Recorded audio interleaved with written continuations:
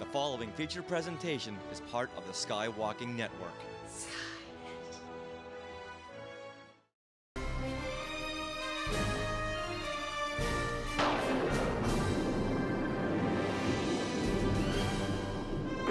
Hey everybody, welcome to another episode of Collect-opolis. I'm Kevin Toft. I'm Ernie Moreno. And today we have got a wonderful show for you, but I've got a new background.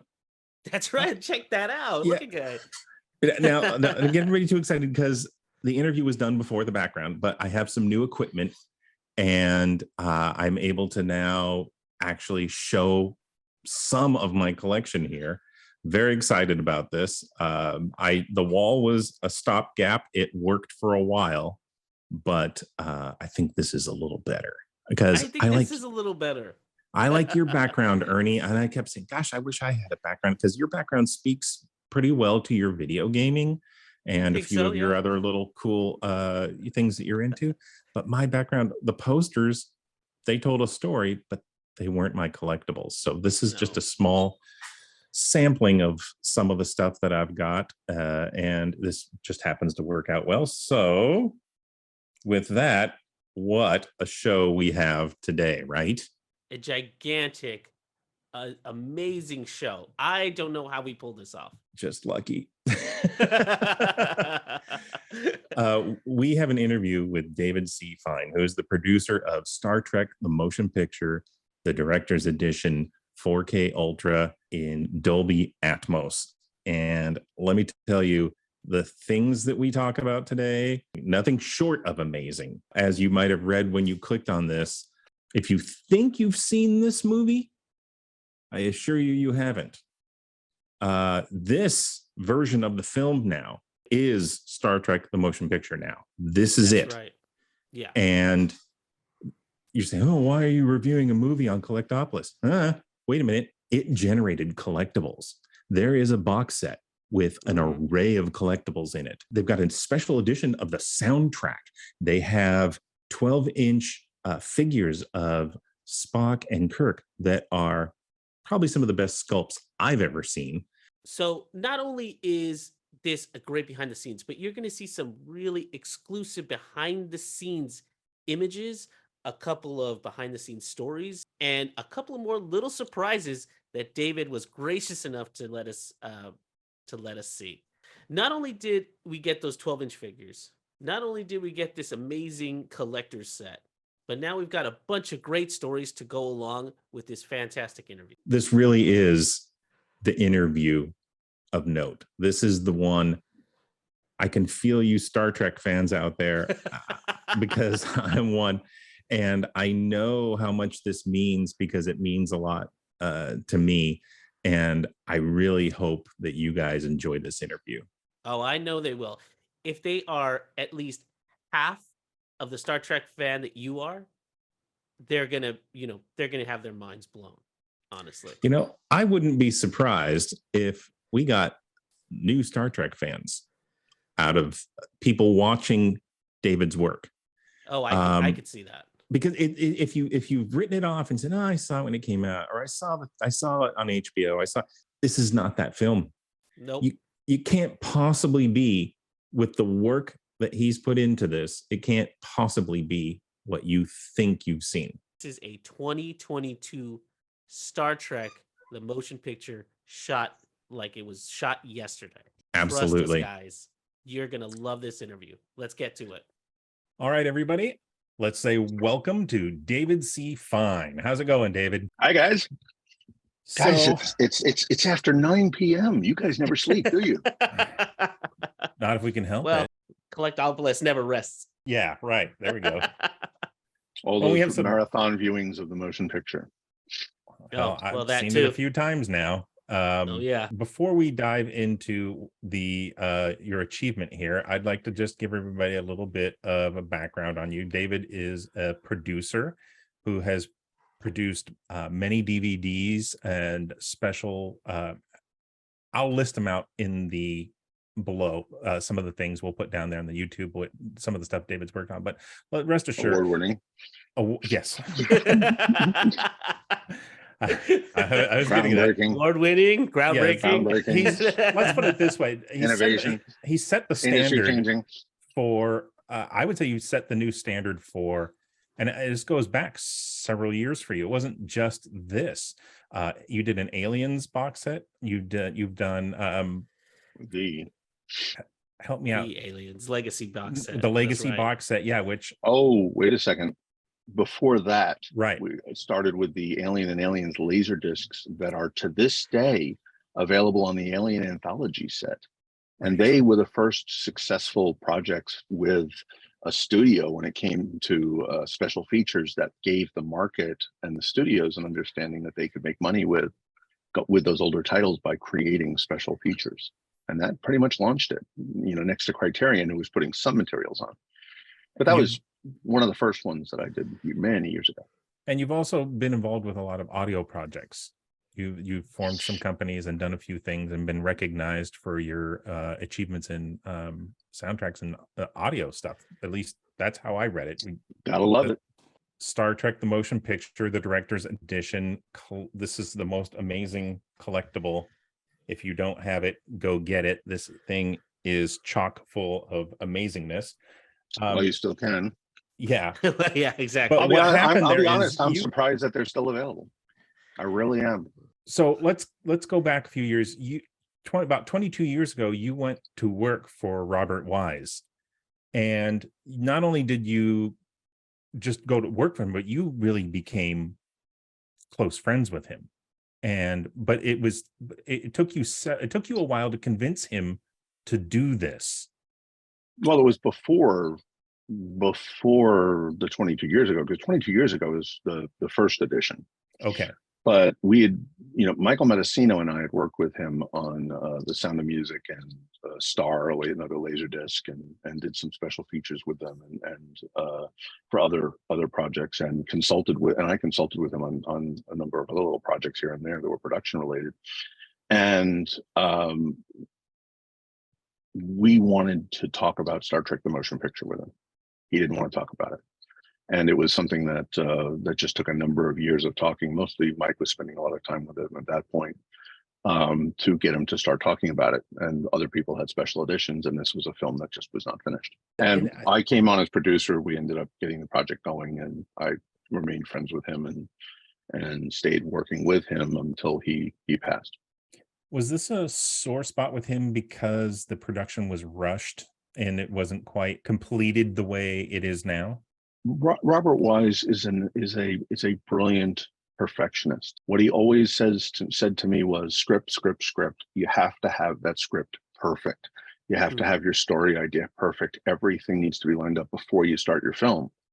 And it was the mad rush in general that they wanted to get Star Trek into theaters, that I think it was even the first time in his career he agreed to step into a picture with the script not finished, receiving promises from Gene Roddenberry that it'll be done. It'll be in time. Don't worry.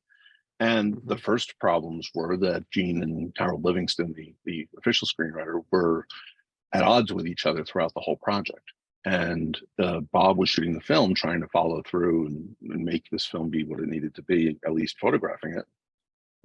And they kept sending in script revisions so quickly and so many times that they were fighting to whose would be the one that would be shot, that they started having to not only put them in by date, but by time of day that they came in, which had never happened with any film, but it was just, the onion skin in different colors, time of day. And Bob would get something and say, I just shot this yet. I just shot this, and, have to toss it and say, this is crazy. And he didn't have his ending. And they were creating as they went along. So that was the first problem that was going on, but they did finally get the ideas down and they did film the film. But that's not where it ended with problems. The next problem is that this was a period right after Star Wars where the world was so excited about visual effects work, and the special effects of Star Wars were amazing, and they wanted to do something different. So someone in the studio hired Robert Abel and Associates, who had produced a lot of television. If you remember anything from the 70s with silver lines in it Yeah. for TV and the classic 80s arcades, so that was what Abel was doing. And he was a brilliant man who had a lot of brilliant ideas about how to do the visual effects and make them look unique for the motion picture. And he spent a year developing the studio and developing the ways that he'd be able to accomplish his shots. Problem is, he didn't. He wasn't able to accomplish his shots. That when they went to look, there were no finished shots for the film. And the ideas were sound, but there was no way these guys were going to be able to innovate enough to make the job be successful. So where Bob and Gene found themselves was that they had a film here with no visual effects and a locked-in date that it had to be in theaters because the studio had pre-sold it and booked it into the theaters well in advance at 130 minutes, 131 with credits, so that the theaters could also plan out their day of how many shows that they'd have. And hey, Star Wars was so hot, they were looking for another big thing. So we had Star Trek that was going to come out that was going to be huge, especially because Robert Wise was the premier filmmaker at the time. He was huge. Pedigree. He was, people, I've heard people refer to him as the Spielberg of the 60s. He was making a film a year. He did, or a film every few years, and he was absolutely a brilliant and remains a brilliant filmmaker. So a lot of confidence was there, and Roddenberry loved him because his favorite film was The Day the Earth Stood Still. So he was thrilled to have Bob on board as well. So Bob and Gene went to Michael Eisner at the studio and said, listen, we don't have any visual effects. We're not going to make the date. And Eisner, looked at him and said the famous quote of, listen, it has to happen. We don't have a choice. So I don't care if the film has to go out with black leader in it. It has to go out. Which black leader is, where you might see a work print. It says, scene missing. Well, watching the film, scene missing pop. No, with black leader would have not had the text, but he didn't care if it had to go to black was the comment that he was making. And he said, listen, this is more important than anything else. You have to have that happen. And they basically opened the checkbook and said, go do whatever you need to do. And Doug Trumbull was working with Paramount at the time, and he and Richard Urasich came on to look at and evaluate what Abel was doing to see what could be salvaged or not. And they finally came to the conclusion that there was no way that it was going to be able to be finished on time with those guys. So they were let go. Trumbull came on with his team, and even then realized there was no way he was going to be able to accomplish this film. So Doug said, I need help, and looked around to see who was available. And there was this other unknown visual effects artist, didn't do anything anybody really knew or cared about. And his name was John Dykstra, who just came off of, another film that people had heard about at the time, which was called Star Wars. Well, independent film. Yeah, little small independent film. Little B. So they agreed to split the work, which was interesting because there were some places even in the work that we were doing where we found that they had to cross over, which is interesting because Dykstra was shooting VistaVision, which is a horizontal, unsqueezed frame. Doug Trumbull was shooting 65 millimeter, which is a giant frame, but still not squeezed. And that's how they shot their visual effects. And if you had to cross over, you had to do a conversion from one, literally 90-degree conversion. It was crazy. But they agreed to work together, and each company started 3 8-hour shifts till it was done.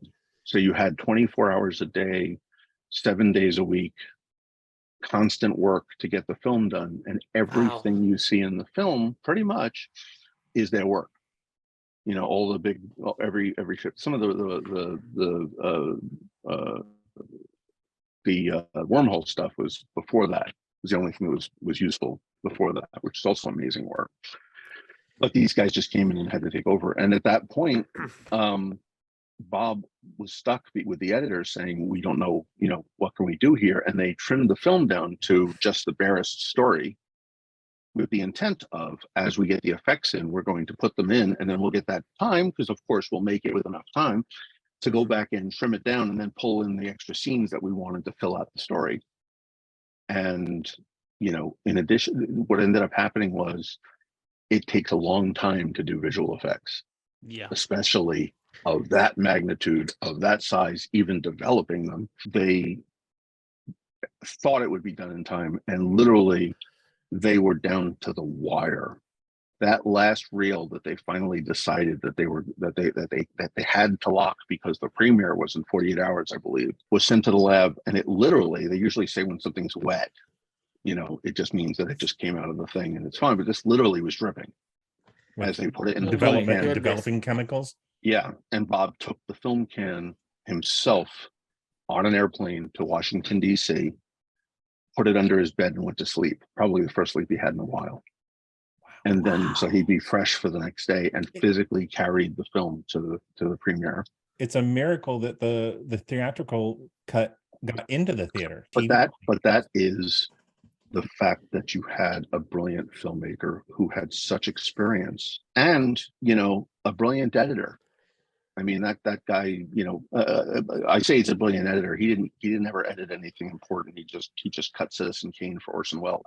Just no that. Biggie, no biggie. just that. Just these small little projects. No, Bob was brilliant, but it was the fact of the talent of the people, and one of the greatest things that Bob learned was who to trust in his crew, and the people that he hired, he put trust and relied on. And I'm forever thankful that he trusted me and my team. Mike Mendocino, Jenner Doctorman, for us to help guide him, because Bob also didn't know Star Trek as well as Gene did. And we all worked to, make it the best it can be. And what I was particularly proud of is helping fine tune the edit, and brought in a sense of, we need Kirk to be Kirk. He ended up being too angry. That wasn't the character. I mean, he's yelling at people, and for example, people, Kirk yelling, "You're off," the second time to Uhura. Mm-hmm. I mean, if Uhura froze any other time, they could be dead. His crew knows to listen to him. It was something that, yes, you have the awe of the moment, but she's worked with him. It wasn't her character either to not hear it. So you had to pull that out, and you had to adjust it in order to get that scene to work.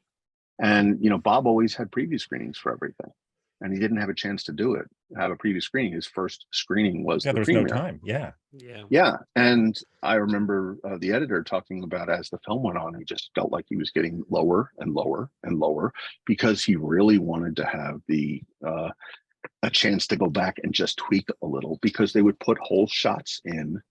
And some of the problems were, for the visual effect shots, they would put them in assuming they'd get back later and tighten it. But if you take the first shot of a visual effect and a last shot of a visual effect, if you go back to the 79 version, you'll notice in the dry dock scene with Kirk and Scotty, there are places where a shot will start and ships won't move for a few frames. Right. It'll pop in, and then a few frames in, it'll start moving, because they had the shot. It's supposed to have been cut in after everything started moving. Right. And to fill out the whole film, because they didn't know what they were going to have, they had Jerry Goldsmith. Bob went to Jerry and said, "Jerry, I need you to write me a symphony. The scene going into the cloud, I'm not even sure what I'm going to be seeing. So I need you to carry the film at this point and write a symphony for me that is engaging." And he did. And the visuals came in, but it then became the length of the music that correlated to the shots and how they balanced and how it would go ahead. And in the end, never had a chance to put anything back. And because things were still coming in, they spent 4 days color timing the film, which is where you grade it. And when you have 4 days to do it and you don't know it's still coming in, you have to do a basic, simple grade so that whatever comes in can just quickly match it. So what was considered the original right way that it would look wasn't so. It was the quick way to get it done. So this is the first time, because we're working from the original camera negative, that we had the ability to properly color grade the entire picture from beginning to end for the first time.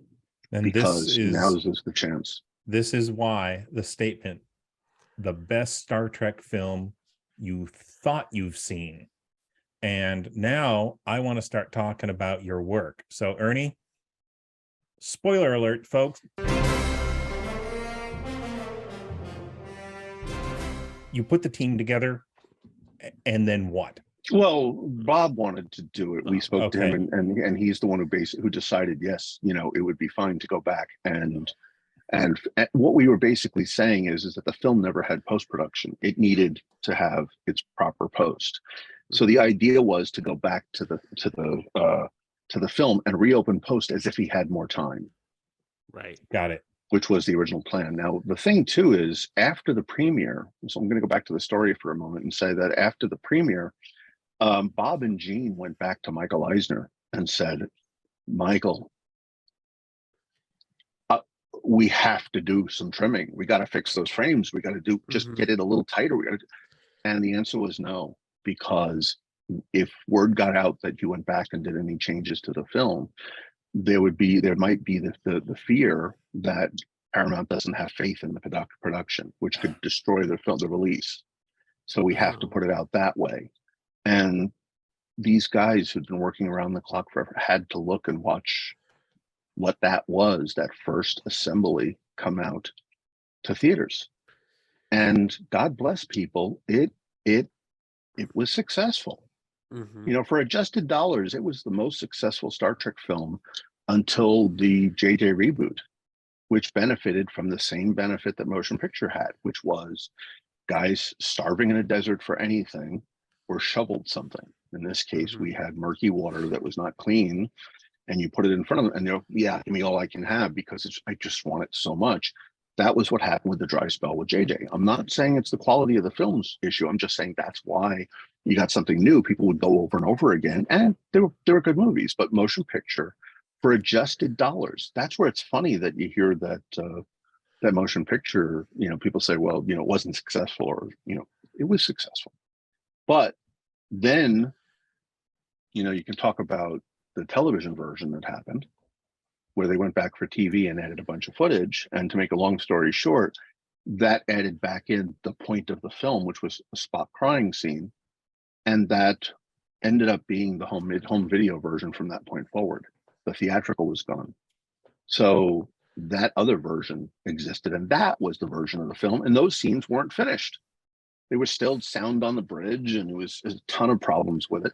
They were unfinished pieces that were put back into the film. Yes, there were some lifts from what Bob had, but they were intended to be polished. So you ended up with an unfinished film with now incomplete footage put out into home video as the version of the movie, until they started doing letterboxing again. Then they went back to, well, let's even get rid of those extra scenes and go back to the theatrical 1979 version.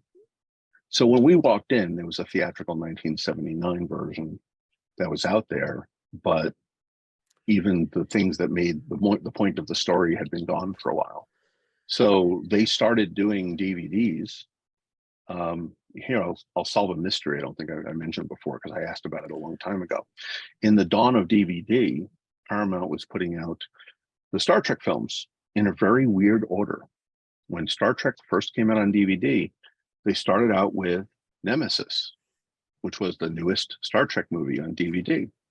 Then they went to 9, 8, 7, 6, 5, 4, 3, 2, and they hadn't put 1 out yet. But isn't it odd that they go backwards through the numbers? Because you'd think you'd want to watch something and you'd want to watch the progression of the story. Instead, they went backwards. And I found out at the time, and I don't think I've ever mentioned this publicly before, it's just funny that we're getting to this, is that I found out why. DVD was new, was brand new. And the idea was, let's use the best transfers we have, which were the newest ones that we did.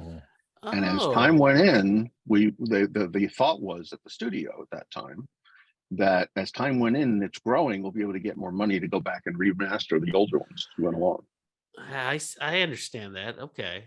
And what's funny is that when they hit 1, we were in there and did the 1, and they went 2, 3, 4, 5, 6, 7, 8, 9, 10.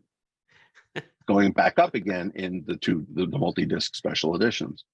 So so what happened was Bob communicated with Sherry Lansing and said to Sherry, you know, I really would like to go back and reopen the film. Now, we had budgeted and working with Bob, this was to finish and complete the film. He really felt that it was the film that got away. It was horrible for him, and it was unfinished business. And he really had a hard time moving past what had happened because it was so horrible. And it was personally troublesome because he was judged harshly by the film and never had that opportunity to fix it. So the idea was to say to the studio, I want to come back and finish it. And our goal was for film, was to go back, recut the neg, and do the finished version of the movie. And the studio, Bob was Hollywood royalty. They wouldn't say no to him, but at the time, revivals weren't popular at all. You occasionally had something, but there was really within the studio not a lot of need for a finished negative. So they said, we can do something, but we only have this budget, and it's clearly based upon your budget. It's clearly not enough to do the project. My two passions are computers and entertainment, or entertainment and technology. I at the time was very technically adept, and I knew a lot about how to achieve a lot with a little. And what they said, I thought about it, and again, as producer, I had to evaluate the situation. And I talked to Bob and I talked to everybody, and realized that if we did it in standard definition, we should just be able to pull it off. And so we went back and said, how about this? And spoke and dealt with a few other things. And our thinking was, we know it's going to be marvelous. We would then have something we can show them and say, look, here's your film. Now let's do the film. Let's do the negative cutting because you can see what it's going to be. Let's do the proof of concept. So Sherry said yes. Of course, want to do it, and connected us with Rob Friedman, who was running the studio at the time. And they, based on that, because they weren't going to say no to Bob, they said, okay, let's move ahead. So Bob was happy. We did the new video transfers of the film, which you do on video. That way, you just basically have the elements to you use transfers, and then you have what you have, which also explains why we didn't do full color grading until now, because when you do it in standard depth, you're doing your transfer at the beginning, and you don't have all the range to do full color grading, because you're not working from the negative at that point. You're working usually from an inner positive, which was taken off of the negative.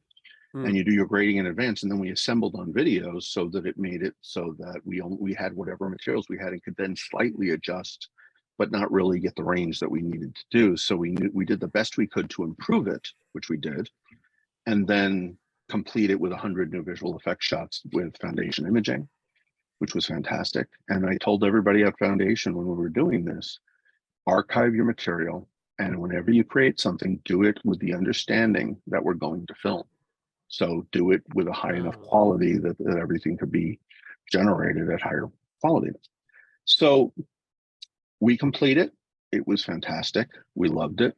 We showed it to the studio. They were very happy. We had a very nice premiere. Jeff Katzenberg came, and Harold Hart Bennett, and many of the actors came. It was a lot of fun. Bill and Leonard came. It was great listening to them laughing at each other while the film was going on. George Takei, Walter, many people came. It was a blast. It was a great night. And I went back to the studio afterwards and said, hey, Rob, here it is. You can see the film. We want to go to neg to do a new neg. And the answer made a lot of sense. I wasn't happy with it. And that was, DVD is where we make money today. Right. So we have it. We're going to go with this. And that left this unopened, this incomplete job of getting into film. So also it was marketed okay. It went to the Star Trek fans, but many people didn't even know the director's edition existed. But we were very happy with the results of where we were based upon such a small scale version. Film is much higher, but disappointed that we didn't get it to film. I met a guy named John Lowry. This guy's a rocket scientist, and I don't mean that as a cliche. John Literally worked a for rocket NASA. scientist. He worked for NASA. And I do mean it as a cliche, but I love saying it. He used to work at NASA, and his job was to analyze the moon footage that came back in film. And he studied it. And I don't know about you guys, but when I look at the footage or the photos from the moon, They are the sharpest, cleanest images I've The ever seen in my photographs, life. yeah. The photographs and such. And that was John looking at the negatives and studying and deep scanning and just examining celluloid. And he discovered that by doing deep scans, celluloid was recording more information than the naked eye or even printing could find. That by deep scanning it, that there was actually much higher brightness and much careful darkness. The whole range from incredible brightness to absolute black, but everything in between too. But if you duped it on film, there was no way to present that information. If you printed out a photograph, there's no way to see that information because even the range of those output formats were limited. To create what he did this beautiful manipulation to get these great shots. He then retired with his patents that he was able to keep, retired from NASA and said, well, I have these patents and I've been doing all this work with film. Where do they use film? And moved to Hollywood to found Lowry Digital. And I knew him then, and we hit it off right away the first day that I met him, because there was a period of time that Hollywood liked to say digitally that, oh yeah, film's 2K, everything's 2K. And I remember saying, one of the first times I met him, I was saying, no, it's about 3,500K, 3.5K. And, it's not 2K. And I remember him looking over at me, and it was kind of like lovey eye. Somebody understands, that wasn't going with the story that everybody was saying. It was just nice to see that I understood. And so we became immediate friends that way. And he had wonderful technologies that he was creating. Like he was able to get rid of flicker. He was doing restorations of movies, and it was flickering in images. And where something was flickering, he found a way to just stabilize it so he could get rid of flicker. One of the first time people that had ever done this, because this was in late 90s that this was happening. And I had to be the jerk who would walk in and say, that's great. If it's in a rainstorm and you're in a castle and it's flickering inside and you have a window and outside there's lightning and other things going on, can you quadrantize? So you could keep that spot as flickering as it is because it's rain and everything else, but do everything. And he said, no. Well, there's a company in England that did I was the jerk. But we had, it was fun because we kept playing back and forth, and I loved what he was doing. And I only tell this story because, God bless him, sadly, John died a number of years ago. He's no longer with us. But he always said, because I wanted them to run director's edition for the motion picture through it. And by the way, he went on to do the Indiana Jones films, the Star Wars films. If you remember the Blu-rays of Star Wars, they look incredible. He did the James Bond films. These are for the Blu-rays. And what he was doing, by the way, was that he found all this extra information on film that was not visible. And he had a system through his company where he was taking that information that was not visible up here, and he'd squeeze it into the visual range. And by doing that, everything became sharper because all that extra information was now visible. And it became sharper. And that's why Star Wars looked sharper and in the image. And that's where everything just became amazing. But he squeezed it in there. What was amazing was, and it's the thing I was going to say that I don't think I've said before, which is kind of funny, is he always said, give me a test for motion picture. And, I'll work on it and I'll get back to you. I chose one scene. Any guess? The worst thing in the world that needed help? The flyby the Enterprise? No. The Probe on the bridge. Lighting scene? Probe on the bridge. Probe on the bridge. Okay. Oh, right. Which always to me felt like someone stopped the movie, found an old rusty reel of something, put it into the film, and it suddenly doesn't match for that sequence, then comes back. It was always something that bothered me. So I said, let me give it to him, see what he can do. By the way, love John. He's brilliant, has always delivered in every way that I've ever met him and everything he's ever done. I'm still waiting for it. Okay. I knew there was not a lot in there to work with. Right. So we never got it back. But I was showing Bob Wise about this. I was saying, Bob, look at this. Imagine, and this is so exciting. Imagine that every movie ever shot on film has more picture, more information, more brightness, more darkness, just all better color, everything that's actually on the film. You can actually say to people, see a film better than you ever have before, and not it be a marketing gimmick. It really is things you've never seen before. Right. And that the idea was you squeeze it into the range and then you can put, but it was Bob who surprised me, who said to me, that's interesting, but what if someday they reinvent the wheel? I said, we can't show this.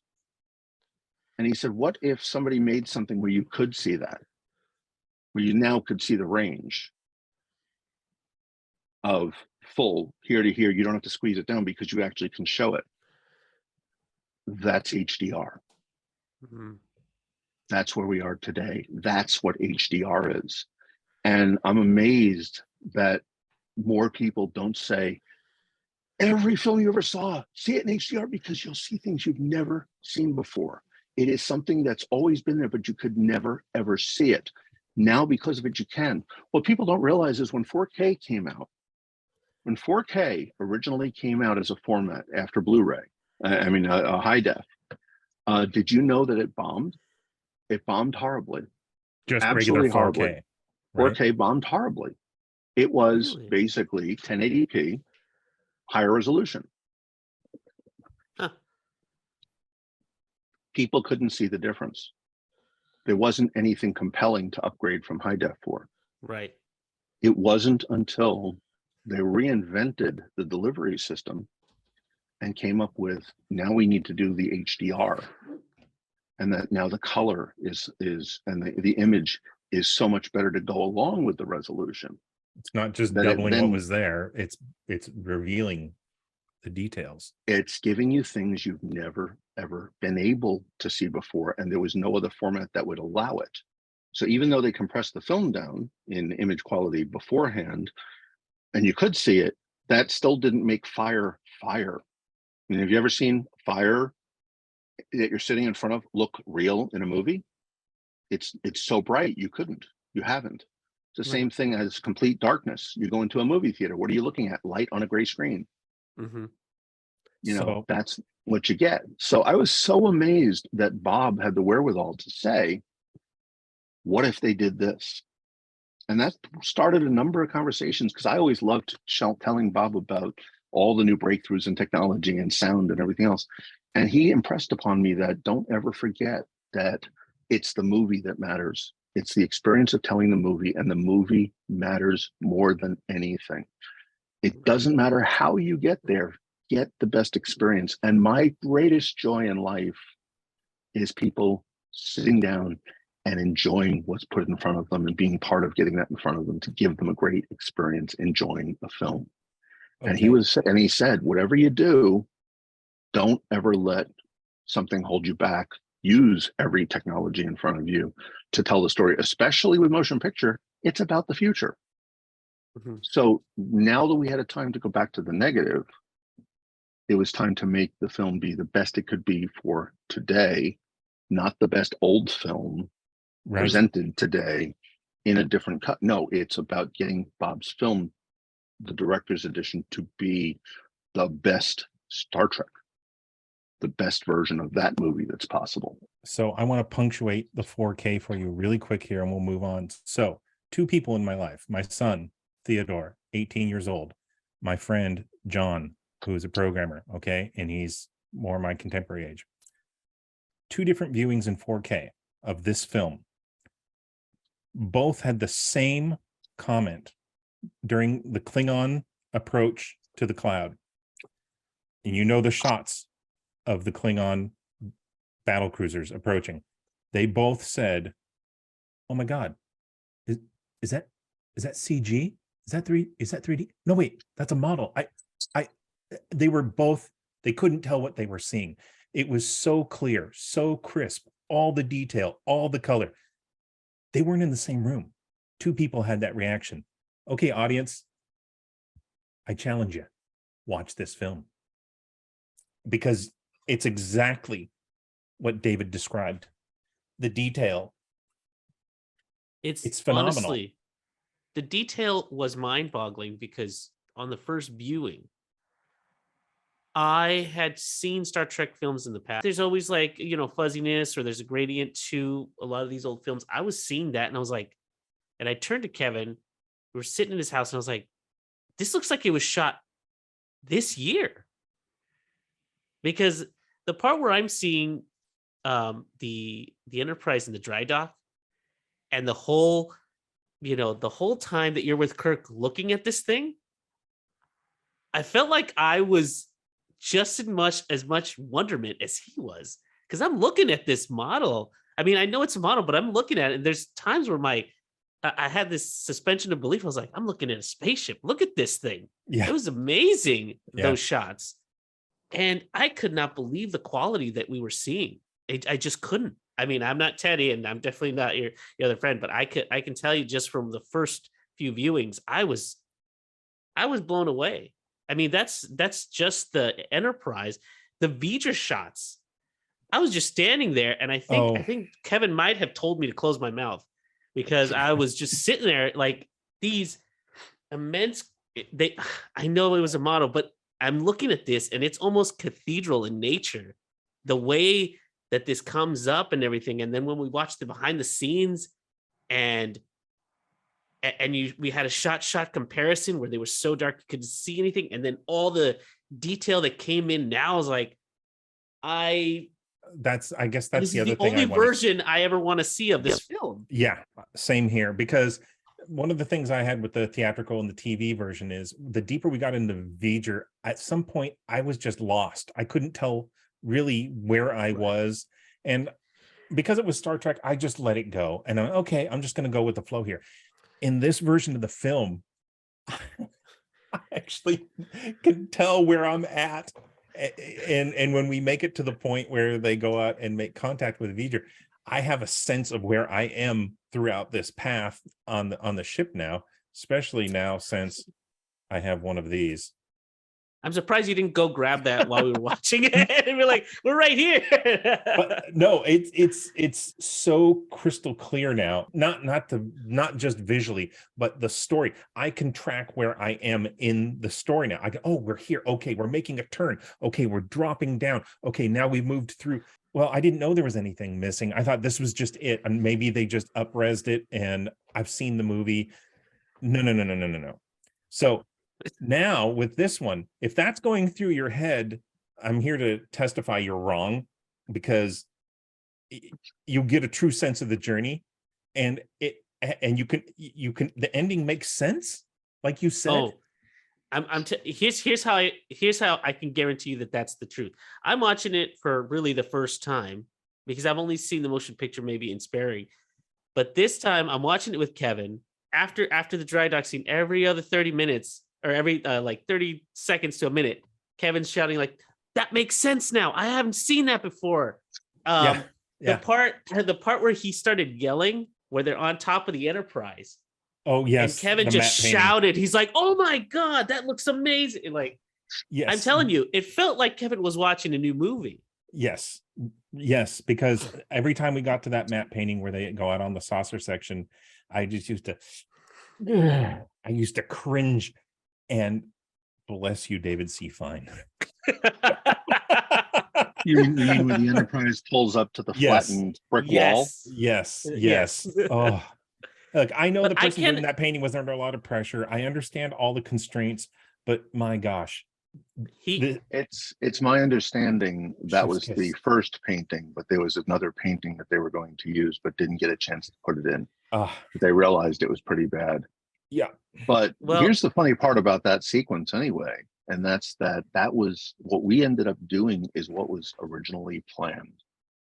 That's a place where we just went back to what the plan was. And I recently posted this an advertisement for a book from 1979 that had the crew walking up a little bridge going across, and I said, wow, it took only 43 years for the advertisement for this book to be what's in the film. I'm telling you, that It never made that whole sense. sequence, Kevin paused it. He went to go get the special edition, and he said, "Ernie, you don't understand. It used to go from here to here," and I was like, "What's happening?" Yeah.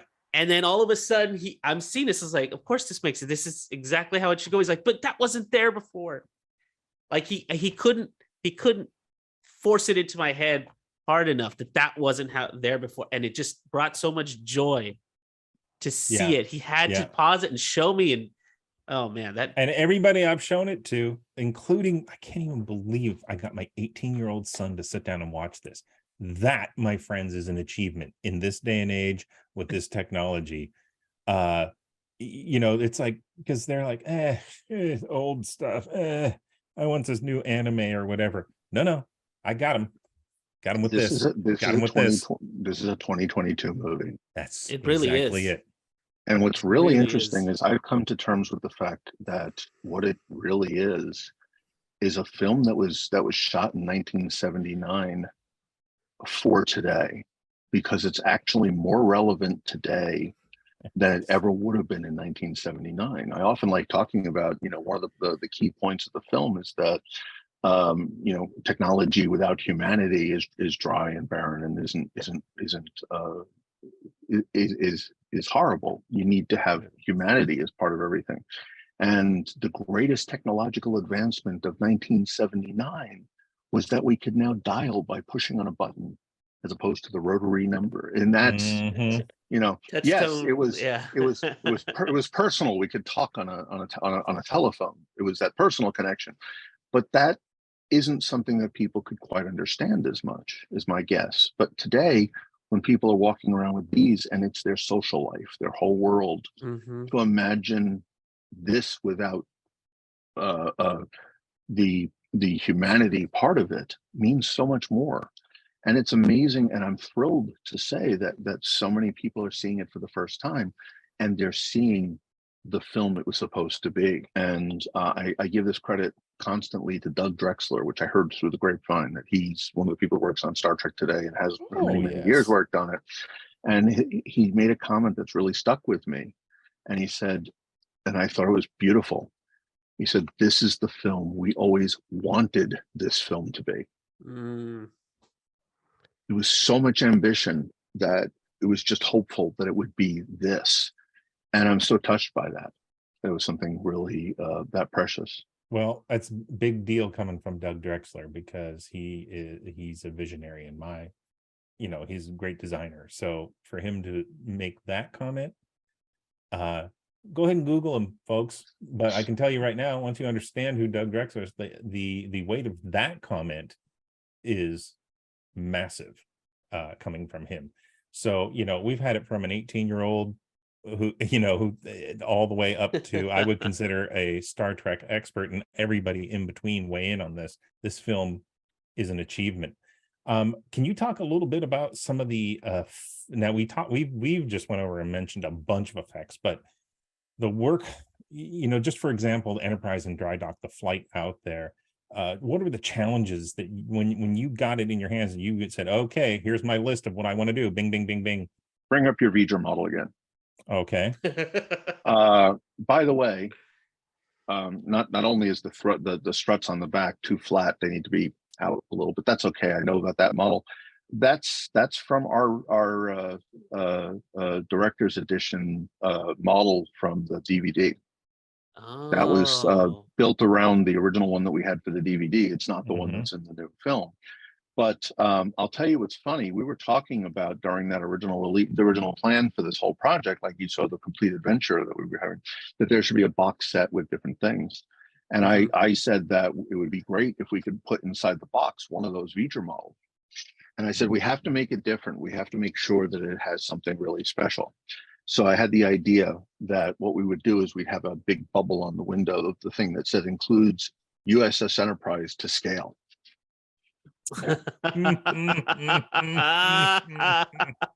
Which would be, let me see here. And the thing is that you'd open the box and you'd be looking for it in the white styrofoam and everything else, and nobody would ever find it. And I'd say, "You didn't lose it, did you?" I would say I'm looking at trying to look at some of the details here, and I'm telling you that I don't even think a pinhead would cover it. Right. So it's in the box with it. It's in there The version, somewhere. the version that we were talking, it would be inside the box, but it's, There it is. you know, it's like when Think Geek came out with the Monolith action figure, Collect All Yes, Three. yes. You know, Yeah. I have this thing for inanimate object releases that are hilarious like that. And the Rocky side of beef, since we were talking about collecting, you know, you get an action Yeah, the figure meat that's that he's punching. I remember that. dynamic side of beef. But no, that was one of the ideas we had for the Beeger model, which I thought you'd get a kick out of here. But it didn't happen, but I think they did include an Enterprise with that one anyway. So let's talk about the well, let me tell you what was different Okay. this time around than what we did 20 years ago. Number one, when I went back to the studio about getting the project to happen, my goal was that we had a negative to make. That was it. I went to the studio and said, you know, you can do what you want with it, but this film needs to have the same chance that any other film would have in the catalog of the studio. And this is a crown jewel of the studio. It's a Robert Wise film, the only Robert Wise film that you have in the catalog. And that it has to be a film. And from there, you can do your videos, you can do anything else. In the future, you can do your holographic floating version. Because the same way anything else existed, you'd have that same material. So I said, I'm going to do that. If you need other versions, we can work that out, but that's what I'm here for. And the reason that I'm here for doing that, not only was it unfinished business for me for 20 years, was that Bob had me sit down when we found out that, you know, there was going to be nothing more of the life other than the DVD. And this was around the time talking about technology and everything else. He wrote me into his little breakfast nook and sat me down and said, Dave, I may not be here forever. And I said, I hope you will. And he said, I need you to promise me that you will never stop until the director's edition exists on film. And it meant the world to me, because I said, I maybe like how you were when you did the film, and he didn't make very many films after. I feel like, in a way, and I don't know if it's true or not, but I only noticed actually today with an earlier podcast I did that I may have followed with him in that he didn't finish the film and he didn't do a lot of films after, and it almost felt like he couldn't until the film was finished. And it stopped his career a lot. And it's funny because I have narrative stories I've been wanting to tell all my life, and I didn't feel free. And now it's finished. I've been the creative juices are flowing, and I have set up things to do stories and get out there and pitch more and do them. And I'm fine doing them. I just don't know why I was helping everybody get their projects up and running and award winning, and you know, but I felt held back by this not being finished. And well, it means so much that we got there. And he had me promise to do it. And I went to the studio and I said, I'm never going to let him down. And there was a point where they said, well, we'll come back and talk about it. And I said, listen, if it's not now, I'll talk to you in a month, because we're going to go back and forth until we find a way to do this. We just have to do it. And I will not let Bob down. And that was the commitment that I made. And it took a while. And one of the reasons that it took a while, other than the few failed attempts of doing it earlier, which were just logistical, the time wasn't right or anything else, was that I also knew technologically we had advanced to a point where we can now do it. And I knew I can control the budget to make it into what would be, you know, successful, and be able to accomplish it with the limitations that we had, which weren't bad. They were very kind and helpful. So part of the agreement is that they would transfer any film footage that we found so that we could use it in the film. And we transferred a lot of footage. And what our goals were is that there were a lot of things like that dry dock sequence, going back to that, where we had to patch holes in the effects. At one point originally, and again, this is standard definition, we're dealing with, you know, 720 by 540 resolution. That's nothing. That's a postage stamp. Right. But to fix the fact that when the travel pod's coming up here and you're going across the front, near the front of the saucer, and the edge of the saucer is missing because the light came through it, and therefore there was a hole in the mat. We used our CG Enterprise to generate that edge of the ship. We didn't want to have to do that. We were now in film quality. We wanted the original material, and we hunted down the different elements and recomposited them, including the actual Enterprise that was photographed. Wow. And that's the actual one. We didn't patch anything anymore. Everything was back to the original film element because we found them. And there was so much material archived. It was wonderful that we found almost everything. One of the things, wow. I mean, and then the mad rush that they were doing to make the film be on time, I didn't realize that doing the compositing that fast became really soft. That a lot of the shots just really were soft by how quickly they had to do the work. Right. So there was a shot that that I saw when we were scanning Doug Trumbull's 65 millimeter Elements. It was the shot of coming up on the saucer like this. Right. That actually is in the film, a reverse angle looking behind Kirk and Scotty in the screen in front of them. That I saw the original camera footage, and I literally fell out of this chair. I looked at, oh my God, it was unbelievably gorgeous. I could not believe what I was seeing. And I felt emotional, just like I feel right now talking about it.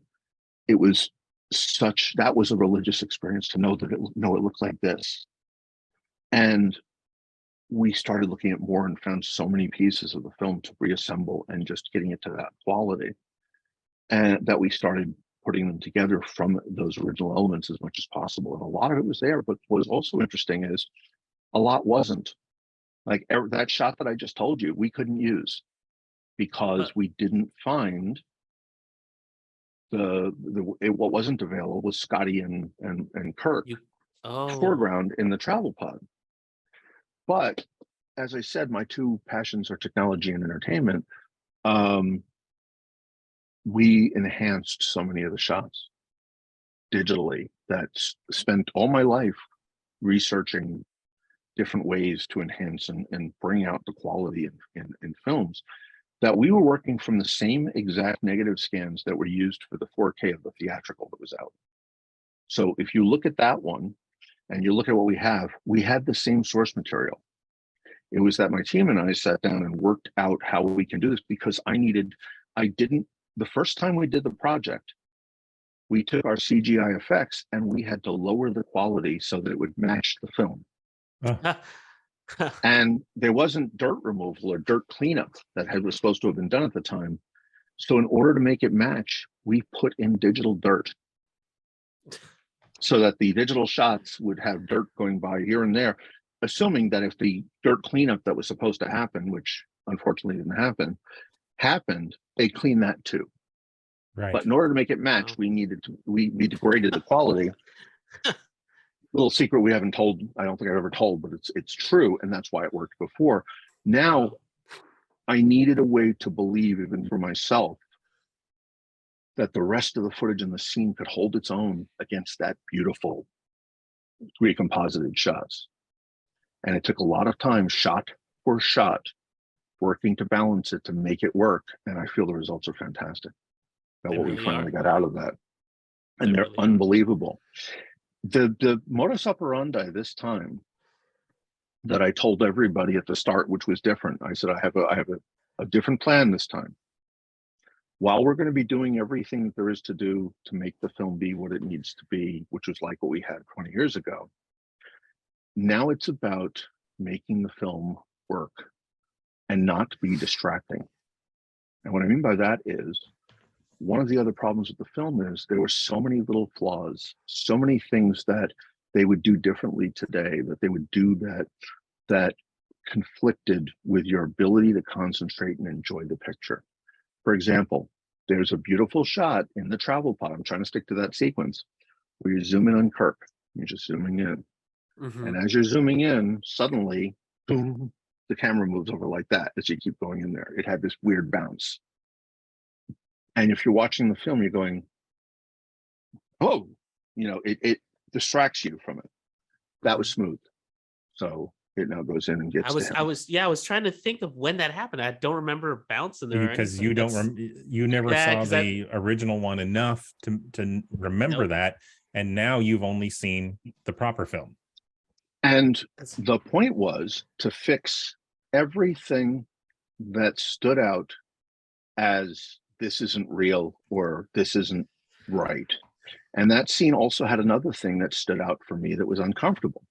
And that's that the travel pod itself, the way they put Kirk and Scotty in there, was that was a screen, a rear projection screen on the window.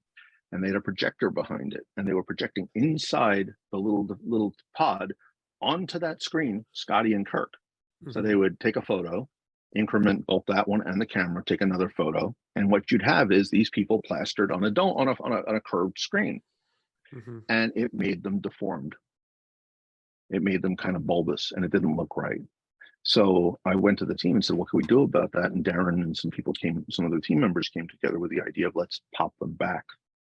And I think at one point we even grafted them into a flatter position. And now they look like they're properly standing inside the travel pod.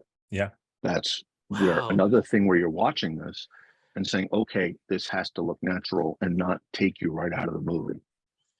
So that was another part of that sequence. There's other things like when the travel pod comes down and it's doing the swing around to reverse. There was the image below it of the support arm that was holding it was in the image. So you saw this like shadow moving below it as well. They had a take without it. They just never had the time to put it in. Oh. So we didn't have to digitally remove whatever. We actually just used the other take that had the piece without the visible support arm ghosting below it. Wow. To get it in there. And it was wonderful to find the beautiful work of Doug and just be able to put it together and have it be sharper and cleaner. Yeah. By drawing out that quality that was already there, not artificially, just really knowing multiple scenarios to be able to pull that out and raise it to the level of the actual photography that we had. And I came to the conclusion that the rear shots behind Kirk and Scotty, looking through the view screen, since they were still enhanced, they still looked better than they ever had before because of the work that we were doing. But that screen obviously was a little distorting, so it made things look softer than it would look outside. So there's a reasoning we could come up with why it wouldn't look as good. Sure. But it still did look gorgeous. And the Easter egg is the shot of that Enterprise is in the special features. I needed it at some point to be seen the way that it was, and it was put in by Rafael Ruiz, who's doing our special features, to make sure that that shot was seen the way that it was. So in addition to just getting all the new shots in and all the the edit down and the, some of those enhancements, just getting the distractions out was huge.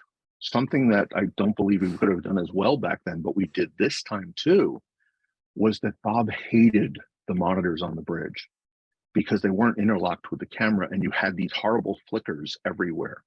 By the end of the film, Bob was staging his characters to have someone stand there, which was right in front of a monitor, so that when you're watching it, he knew that your job is to enjoy the film, to see the character, see the person standing there and be focused on them instead of, look at me, guys. What are you paying attention to? Right. You're paying attention to me anymore? You have to focus and make it be on the person, and all those things that would distract away had to be dealt with. So shot by shot, things that were flickering were taken and smoothed out so that they wouldn't flicker anymore, and they look great. Now the bridge is alive, not the sort of pseudo work it was. Same thing about the sound mix. The sound mix is alive. Every little beep and boop that's on the bridge is supposed to be telemetry. Kirk's there doing everything that he's doing, but he should know exactly what's going on his ship because he can hear it. That was the whole point. And it has to sound like something you'd listen to, not overlapping nothing, but something that means something. So even though he doesn't react, he knows what's happening on the ship. And that's the way the original show was, but that's what was needed here because the original sound mix, the bridge was silent. Yeah.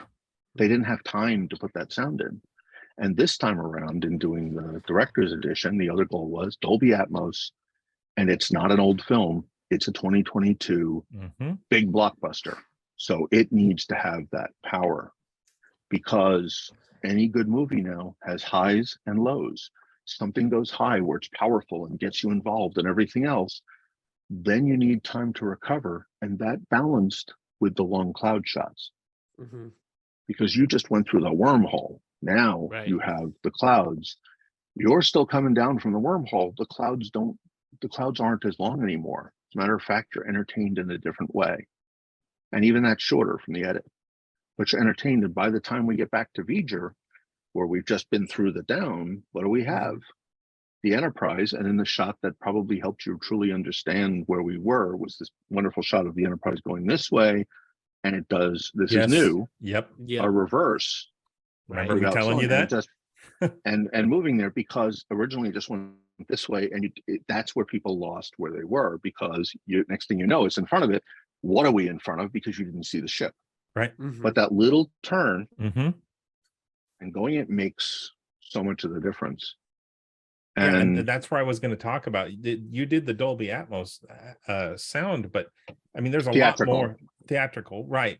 But I mean, there's the whole soundtrack got a makeover from top to bottom. That in the film, all the details you can hear now.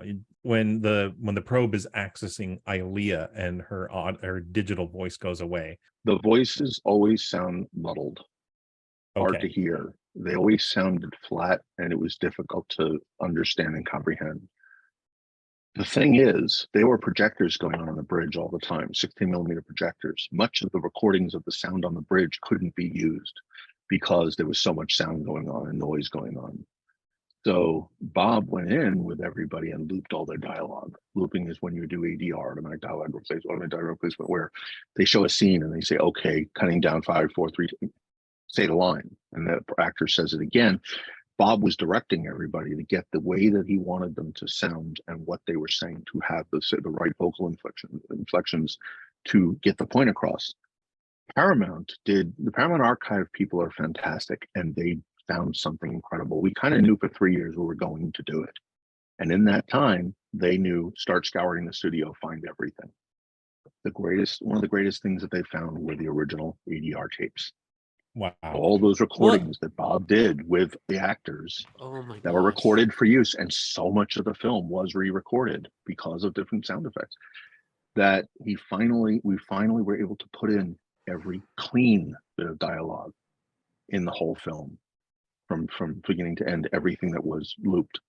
And it's night and day. And there's sequences, everything that was put in from the special longer version originally, that was on set dialogue. Bob recorded dialogue that he chose, that he wanted for those scenes, never made it into the film. So now we had it, and we put the right performance in, the way that he wanted you to hear the people doing it. So this is the first time that you actually heard what Bob was intending for the voices when he directed them originally. And it was marvelous. And the voices becoming crisp and clean, plus Bruce Botnick. What a brilliant man who did the Dolby Atmos music mix. Absolutely. And what's great is we started this years ago, and we did the transfers for the soundtrack albums, but we knew we were going to this. That's the wonderful part about this. We knew that we were going to go to film someday. So anytime we did anything, we built on, what do we have now? We're doing this audio transfer. Great. Well, let's make sure we have it for the next stage. Right. And we got the best elements. So they mixed the Atmos for the film, and we brought it in. I mean, it's night and day. It's so wonderful to hear that. I wanted to call out something specific because you told me to listen for it on my first viewing, and it kind of chilled me to the bone. But the scene where they have a little mishap, they're trying to beam somebody up to the Enterprise. Oh my goodness. You didn't undersell that at all. I heard that. Yeah. I've never heard that kind of, I don't know if I want to say scream, because something's going on there, where something's not formed, but it's forming, and it's just the horrible sound. It's just one of those things where you don't know what you're hearing, but you do understand what you're hearing. I don't know if that makes sense, but it's an unbelievable sound. Yeah. Were you scared? Yep. Yeah, well, For the yeah. first time, for me, it was the first time. This is the first time I'd seen it a million times before, but this is the first time I was going, ah. I was scared you So- guys were gonna cut back to what was left over for a second. I was like, please don't cut back. Please don't cut back. I Yeah. was like, okay, they're not gonna cut back. Fantastic. The picture edit didn't change from the director's edition before. No. Picture edit didn't change. Much of the sound work there was by Chuck Michael and his team from the original work, but the new mix added to it and the power that was presented with it mattered. And you know what? 22 years ago, I went to Chuck Michael, who was the head of sound at that time, and I said, Chuck, I have something special that I need from you. I said, this movie is rated G. I need a PG. I want it to be a PG. I need it to be a PG because G became a kid's film, not just a film that was not needed, but it was important. And I said, look at the film. There's nothing in this film that's going to make a PG except this.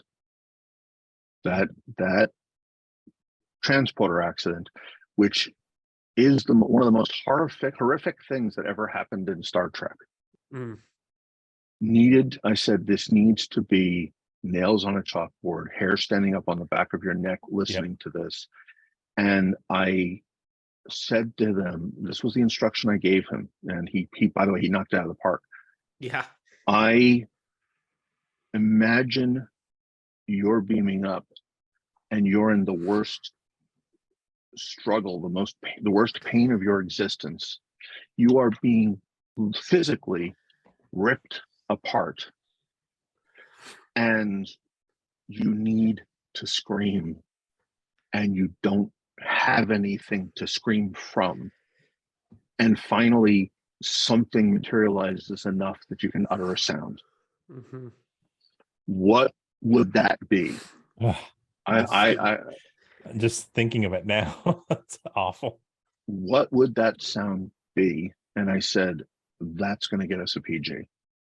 Because nobody's going to want their kids to watch that because their kids will have nightmares just based on the sound. And hearing what that guttural, that's why it's there. Yeah. It is. To make it come across. And bless Paramount, I said to them, we have to send the movie in for re-rating when we were finished. And this was early on, a long time ago. And I'm glad they listened to what the goal was for re-rating. So we submitted the director's edition this time. And the MPAA voided the G that had been given to the theatrical version of the film and awarded the director's edition a PG, which made the unfinished work now unrated because it wasn't finished. And Special Longer version obviously was unrated. Right. So the only finished version, even at that point, was PG. And even now, we didn't change the film so much that the rating would change. Right. So the film is rated PG, and that I also knew on a marketing side. Well, it wasn't the point of getting the PG. It's just that I also knew the scene needed to be so powerful that it would affect people in this way because you remember it, and it means so much that, and especially when McCoy comes back on, the first thing he's doing is, I'm here. maybe when he beamed up, they were still mopping up the last one. But it was. Oh man! I mean, I'll tell you an interesting tidbit about that. When they did that scene, there's a point where Kirk says, "Starfleet, do you have them?" And a voice comes on and says, "Enterprise.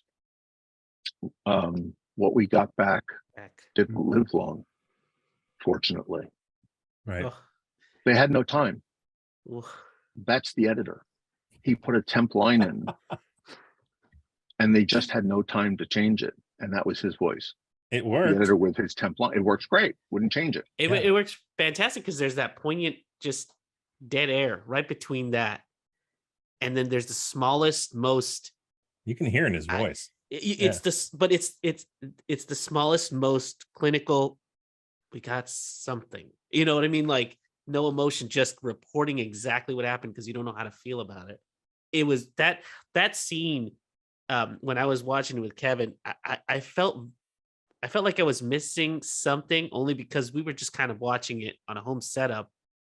And when you had talked about the work you had done with the Atmos system, I was like, man, this would be an amazing experience if I could just get in, see this in the theater, dead center in a theater, watching this and hear that scene again. Wow.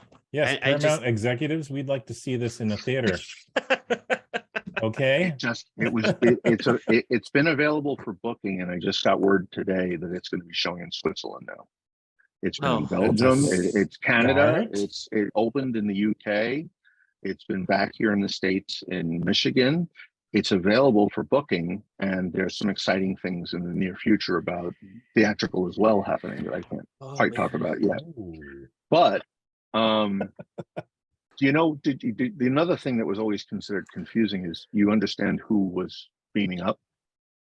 Yes. Yeah, the gentleman he was talking about in the when he first arrives, he steps off. He says, "I want to see you, Vulcan. You know, an hour. I want you to see the on the Enterprise." That unfortunate gentleman, Commander Sinek. Yes, right. The Vulcan officer that he wanted because he couldn't have Spock, so he wanted another Vulcan officer, only to have him not necessarily make it. Right. What's really funny is that you know, there's a what some people consider a blooper, and I just call it part of the film. When Kirk gets off the air tram in the tram station, and he first starts coming off, there's a shot of what looks like a crew member in a silver crew jacket holding a woman back as it pans by, and you know, so that she can, and it always gets there for a second. And people said, "Did you take that guy out?" And I've always said no, because it goes on for such a moment as it is. There wasn't a point of taking it back. And then it was funny because I was posting about it. People were saying, "Well, you really should take it back." I said, "No, the assassin from the past who was there to get them, who butchered the transporter to get Kirk thinking he was beaming up with Sinek. Why would you take him out?" And it's just kind of funny that but that's why he was there. He was trying to get them, and he only got Sinek, but didn't get Kirk. Why would you take him out? But it's fun when you have some creativity with the thoughts of what you're going to put in there. But why would you take the guy out anyway? It was just, I found some crazy things up until the last few days we were doing the project. I found errors that blew my mind that we fixed. But throughout, there were different places where they were shaking in the camera. There was other places where they were shaking the camera. And I really wanted to find that probe on the bridge footage before it went to Mylar. And if I have any disappointment about the entire project, it's only that we never found that original footage. But as I said earlier, where it felt like you stopped the film and some other film went in there, I knew we needed to do something. So a brilliant colorist named Alexis von Herkman, who really was working with us a lot on the film and helping us with the visual effects stuff, and even get the whole concept of where we wanted our color timing to be. He was brilliant. I gave him the job of, here, take this. We need it to match the film. It needs to stop looking like we're leaving the film and going to something else. So he spent a while just going in and finessing and getting the skin tones in and getting the uniforms to match. And it now looks like it fits in the film, and anything that looks weird or off or otherwise is due to the light, right? Due to what it's creating. At one point, I was even thinking of how can I make it effective? And if you think about it, the light is there, but it's not entirely natural.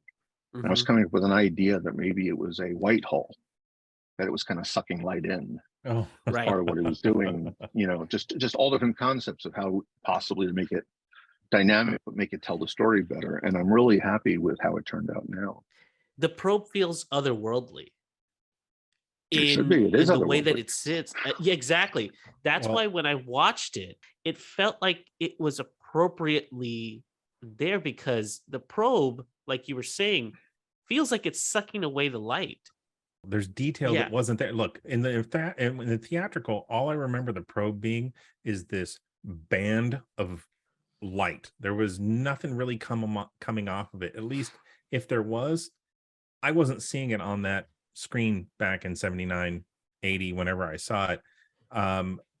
It was just a big bar of light. And I was like, I guess that's interesting. All right.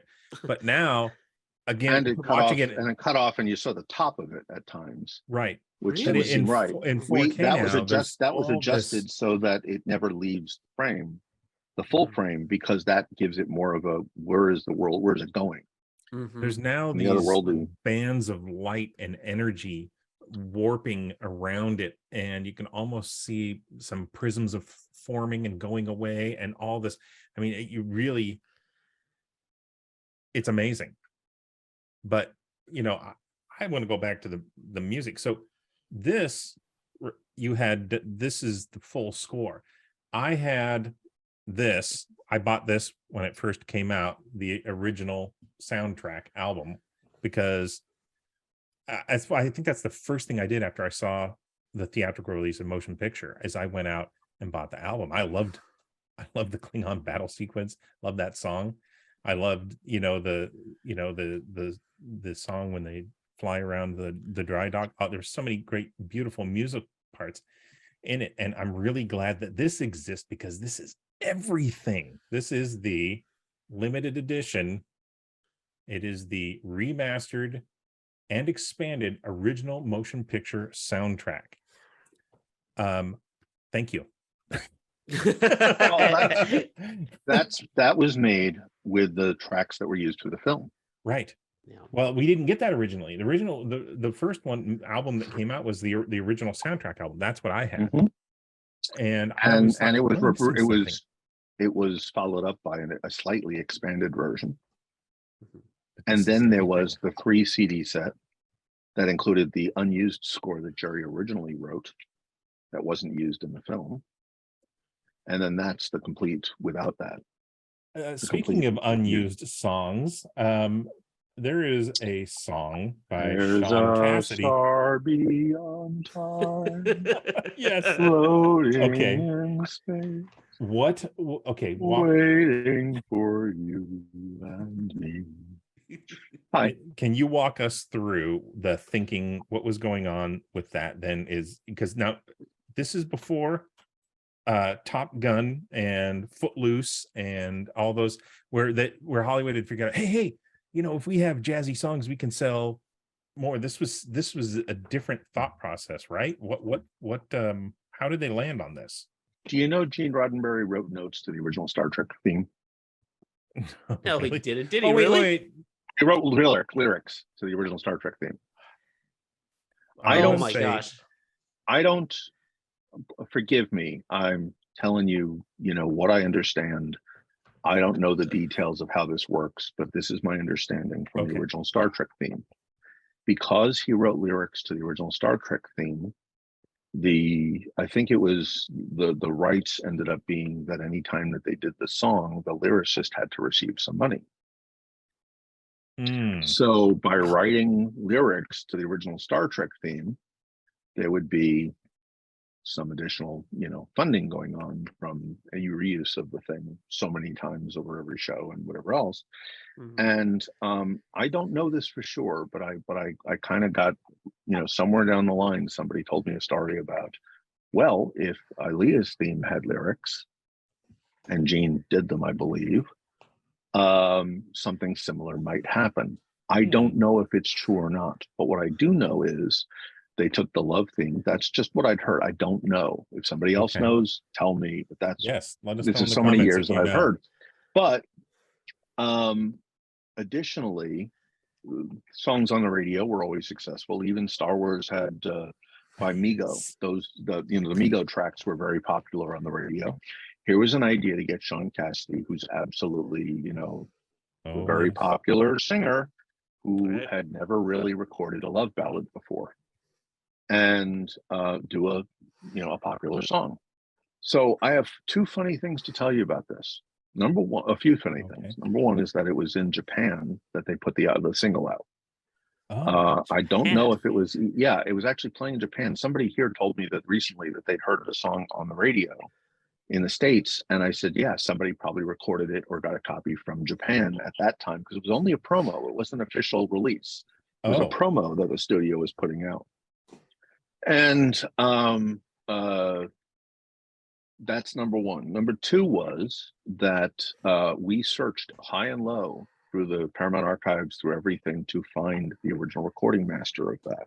Went to the record company, everything. Nobody had it. And I'm one of those people who has a lot of fun with eBay. I will put on the wackiest things. I have a list of the wackiest things that I can think of that I have it immediately tell me if it ever shows up. And it's funny because it was, many years ago now that I just put in Star Beyond Time, and all the time I keep coming across sheet music, which was put out with the lyrics and everything, and I go to a great Facebook group called the Star Wars Appreciation Society, and I post every time that the sheet music shows up that is, somebody put the sheet music up again. Here it is for sale. Go grab it. And I'd had this same search going on for 20 some odd years. At one point, probably about 20 years ago, 3 years after the project, because we did have a copy of Star Beyond Time, but we didn't have the clean master to put on the album because the 3 CD set before that one has the song on it. About 3 years after that, somebody posted on eBay, Sean Cassidy, Star Before Time 45, never played. Ah. I went, okay, sold, bought it. Buy now. Didn't even know, I don't remember what it was, but I bought it. It came in, and when we started doing the soundtrack, the big everything collection, that was the free CD one, we started looking for the song. And it's funny, never found it. So we went over to one of the top places in town that transfers from vinyl and transferred it from the unplayed 45. The first play we had was the master that was made, and we turned it over and played the duplicate version on the other side of the record to make sure we had the best version, because the other side was the same thing. Right. So if you wore out the record Promo. once, you can turn it over and do the other. Yeah. And that became the master that exists today. And what's funny about that is, where you can buy that song alone? Where? Not iTunes? Go to iTunes, go to Sean Cassidy's site, and it is my master that I transferred from that. He took it and he's selling it on his collection of music from that CD transfer. So search Sean Cassidy. Sean Cassidy. You'll find a Star Beyond Time, and it is a copy off of the CD that we did because nobody had found the master anyway. Now, here's a fun story I'll tell you otherwise that I think is fantastic. Without going into explaining this, one day I brought a copy of the soundtrack over to a friend's house, and she put on headphones and started to cry. And it was because I was playing it for his mother. Oh. I was playing A Star Beyond Time for Sean Cassidy's mother. Oh. And she cried because she said, I've never heard him sing a love ballad. I'd never heard him sing like this. Oh. And it was so precious and so wonderful. And I remember she left the room and had to call him and talk to him and about that this amazing thing had come up. Do you know who his mother is? Lori. Mrs. Partridge. Mrs. Partridge. It is Shirley Jones. Mrs. Partridge was Sean Cassidy's mother. I had a crush on Shirley Jones as a youngster for a long time, and I too had an opportunity to meet her once, and I was over the moon about it. What a lovely lady. And both David and Sean were big time heartthrobs back in the day. You couldn't pass a newsstand without seeing one of those two guys, or seeing David on the Partridge Family, or Sean guesting on the Nancy Drew and Hardy Boys, or whatever thing was. They were everywhere. Mm-hmm. And it was just precious she didn't know what I was playing for her at first, and she got it. It was such a great moment. Wow. And she and so the last time I saw her, she looked great. I used to work with her for a little while. That's a wonderful story. Fantastic. Yeah, I mean, there's just so much great stuff about this. You know what? Can we talk about the collectible side that was generated from this now? That if that was all you did would have been remarkable, because everything that is in here, I think even Ernie was impressed. Oh yeah. I'm opening it up now, but it's, it has reproductions, little lobby cards that they had. My favorite were Right. no, my favorite are the bumper stickers. Those were my favorite. Yeah. I actually just about everything that was in there came from my archive. I love the fact that they had so many goofy things that had been created at the time to sell this film. So many things everywhere. Mm-hmm. As a matter of fact, I'm not even sure these were door signs. Oh yeah. Oh, wow.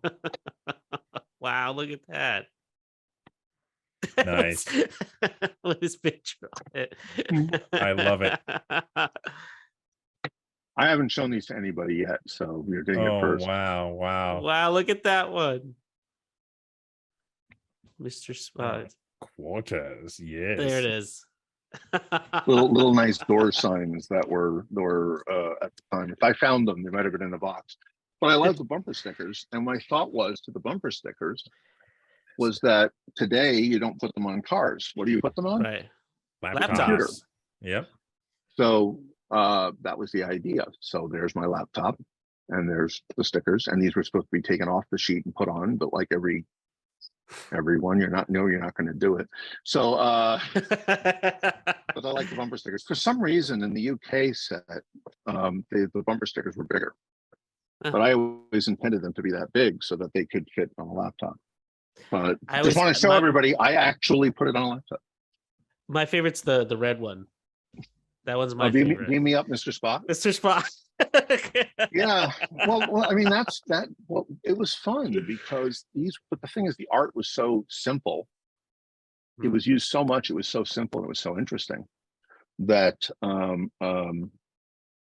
it was nice that they were at least getting the gist of things and trying to have fun with it. And that's where it was interesting that it was so off, but so right. And they were given out as promotional. They had matchbooks, that were out there. In the front cover, I gave them a whole bunch of material. If you look at the front cover of the book that's in there, it has a montage of stuff, the stickers from the card set.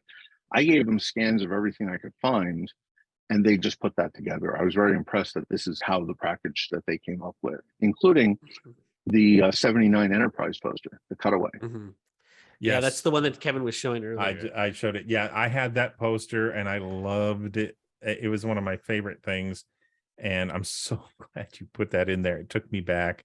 And it's absolutely one of the coolest pieces of Star Trek art I can think of. Iconic pieces. That's one of those ones that it's like they haven't made one better than that yet, as far as cutaways go. Even when they did one for Star Trek 4, which was the same thing but with a different planet and a little other changes. And well, I mean, the first they made a modified version of that, but the first one was still stood as so big and so beautiful. Other stuff that has come out. This was a gift from a very cool guy. That was interesting. That was an idea that I had. It was a fever dream. No, it was just I had a vision. Yeah, Darren Doctorman, our visual effects guy, good friend, did the design for the sensor for ILEA.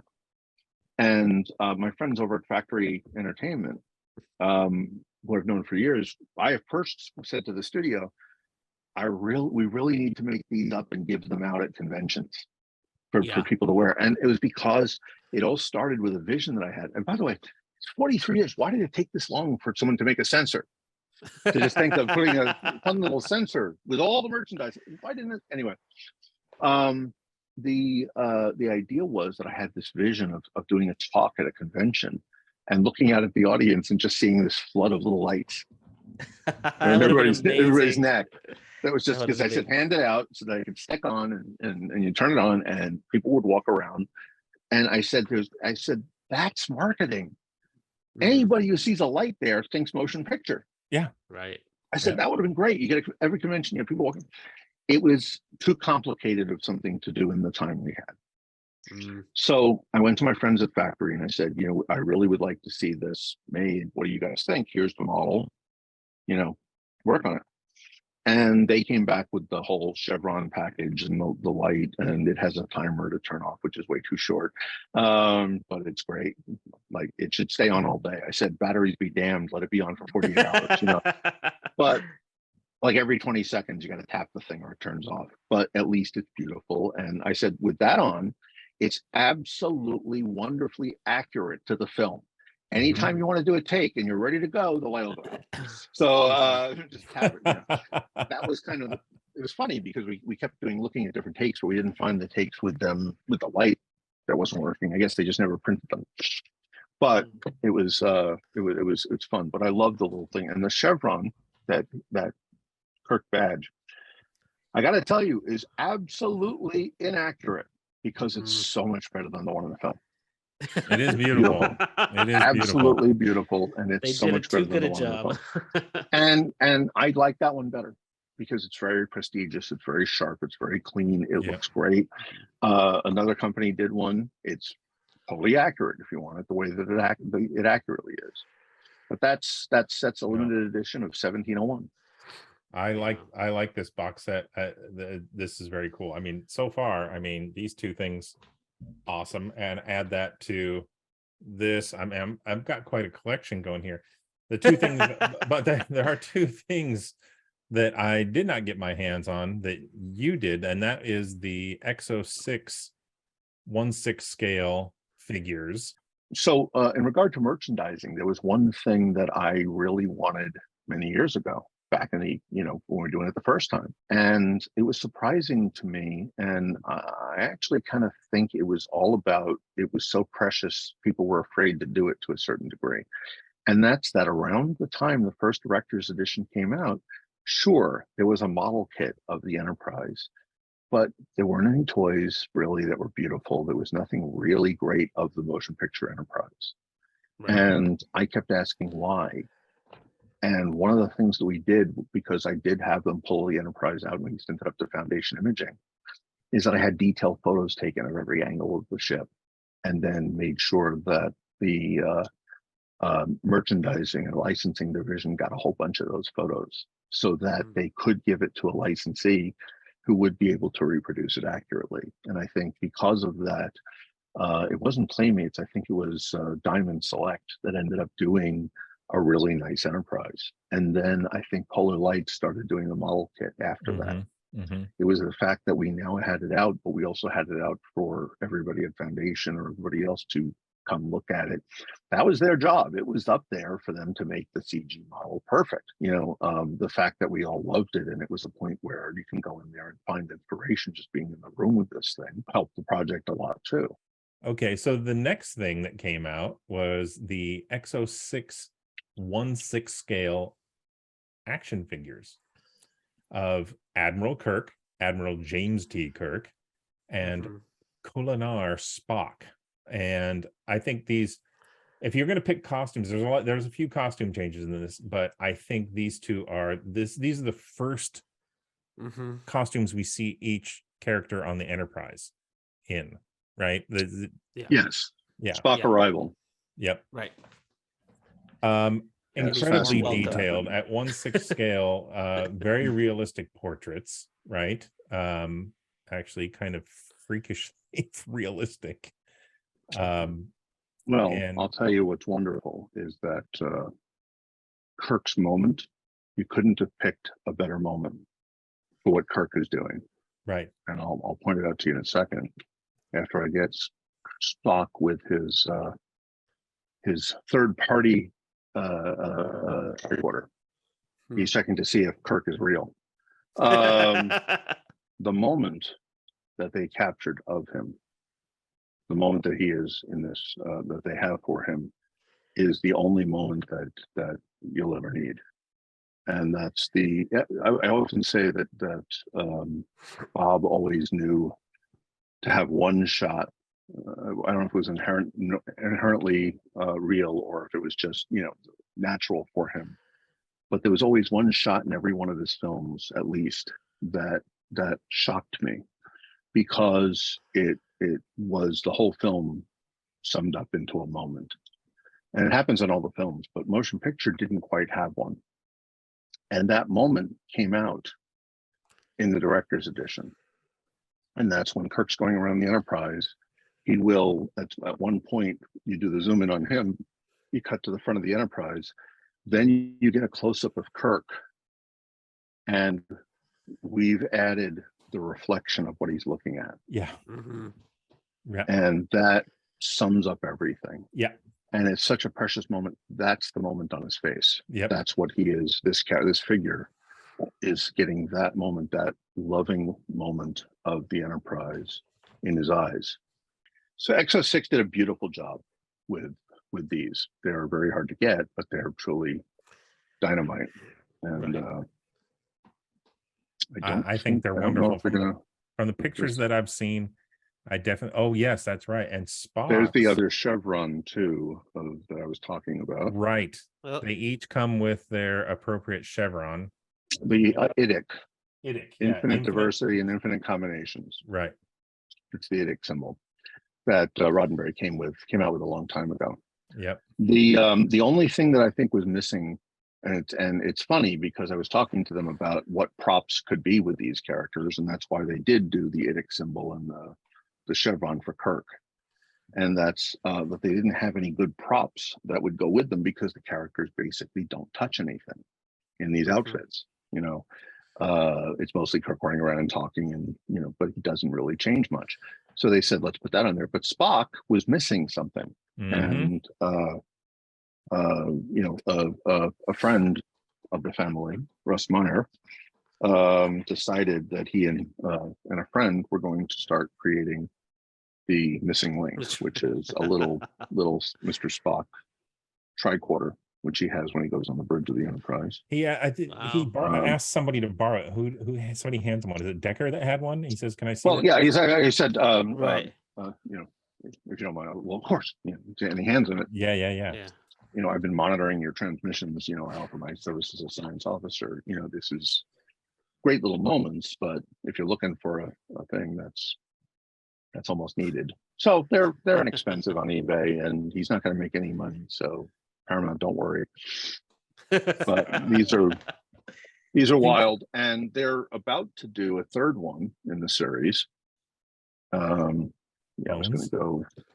They're going to do Arrival Bones, which has been incorrectly referred to as Disco Bones. But we know better. It's actually, let's see, Killjoy was here. There you go.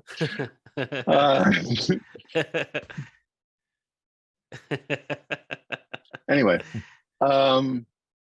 what I did some research for Exo-6. We're trying to get the leather belt out and everything, and we figured out that by looking at the figures, because they're doing Arrival McCoy, while it does look disco-ish, it actually is Western McCoy. He's actually there with a leather belt with some what is it, jade, blue and black stone. It's very popular on the buckle.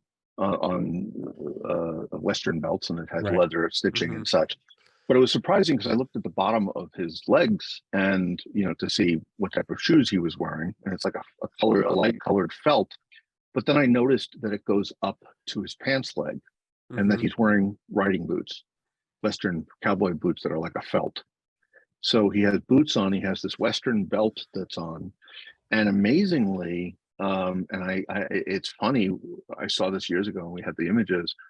There was some rehearsal takes that were done of the time that had McCoy beam up with a prop to work with, and what this was a prop.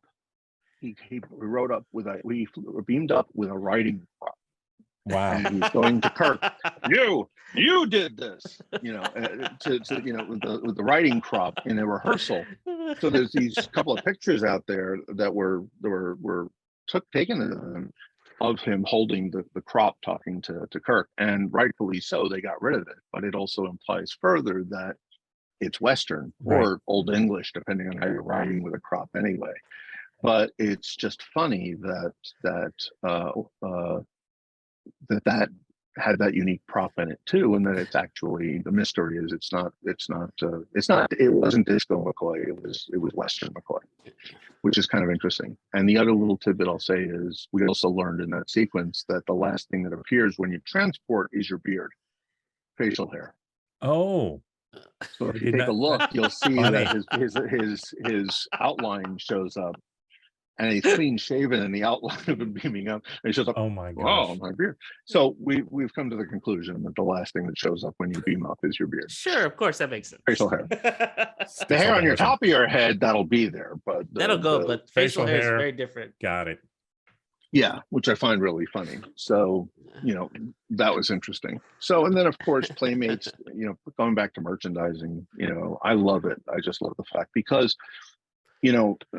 as a kid, I grew up with a model of the Enterprise, from classic Star Trek. Sure. And I would, as a kid, dreaming of space exploration and dreaming of space flight and loving the Enterprise and wishing I could be on that, I would take the model and I would spend an hour going and dreaming my thoughts and imagining what it would be to have this thing.